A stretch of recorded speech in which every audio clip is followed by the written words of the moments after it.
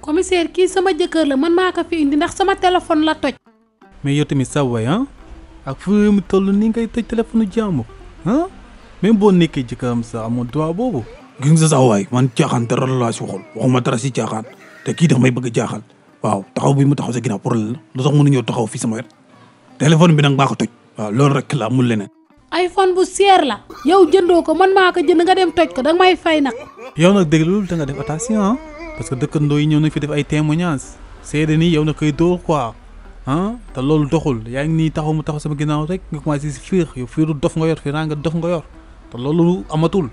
ma ne la jàmbaar kii amatul jotu kenn waaw man du ma toppatoo xale yi toppatoo kenn téléphone rek lay nekk di wax waaw wax bëccëg wax guddi wax ngoon waaw mu mun ko ba bëgg ko muñ mënutuma ko muñ man nangu téléphone bi toj ko waaw pour mu toppatoo waa kër gi bu su dee day sëy mu sëy.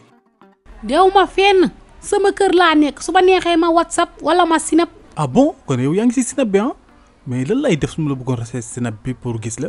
Snap bi Eva 166 ngay def mooy Snap. ok léegi xoolal après na ma koy bindal parce que man maîtrise ma Snap bu baax quoi Instagram la ëpp lu may kii quoi. Instagram 166 rek ngay def Eva.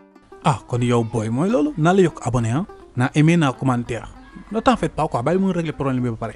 TikTok sax maa nga fa chaque 17h damay def direct. mais sañoon loolu xam nga 17h day fekk mu wàcc. yow daal mooy loolu bàyyil après naa abonné fépp yow daal lépp nga may bindal rek. waaw yow comme yi da nga may kokkali wala li ngeen def nii nit ba ne may ñaawal li dafa mel ni ñaawal la direct yu baax laay def am naa sax 1000 abonnés moo tax mu toj téléphone soxor rek.